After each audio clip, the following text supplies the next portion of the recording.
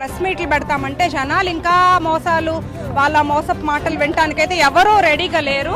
జనాలు చాలా తెలివైన వాళ్ళు. ఇంకా అధికారంలో ఉన్న మేమెట్లా ఉద్యోగ అవకాశాలు, పరిశ్రమలు, సంక్షేమం, అభివృద్ధి అని చూస్తున్నాము. అధికారంలో లేకపోయినా కూడా ఇంకా రఫా రఫా అనుకుంటూ తిరుగుతున్నారు. మావిగన్ అంటారు, గొడ్డలు అంటారు. ప్రజలు కూడా చూస్తున్నారు, ఎవరు మోసాలు చేయలేదు. సూపర్ 6 100% సక్సెస్ అయింది. ఒక పెన్షన్ పెంచడానికి 5 ఏళ్లు పట్టిన వాళ్ళు కూటమి ప్రభుత్వం గురించి మాట్లాడితే అది వాళ్ళ విఘ్నతకే వదిలేస్తున్నాము. ఒక పర్సన్ ని విమర్శించడానికో కాదు నేను చెప్పేది. ప్రతి ఒక్కరికి ప్రజలు కూడా అర్థం చేసుకోవాల్సింది ఉంది.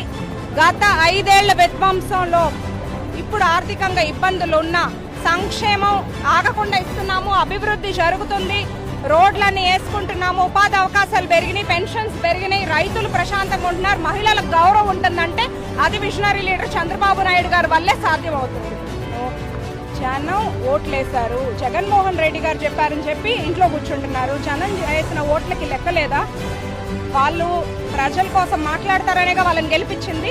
వాళ్ళు అసెంబ్లీకి అక్కడ ఇక్కడ ధర్నాలు, ఇక్కడ ప్రెస్ మీట్లు, ఇక్కడ కాన్ఫరెన్సులు కావాలంటే వాళ్ళని రాజీనామాలు చేయమనండి. అలాంటి వాళ్ళని వెళ్ళి కూర్చొని ప్రజల కోసం మాట్లాడతాం అక్కడ.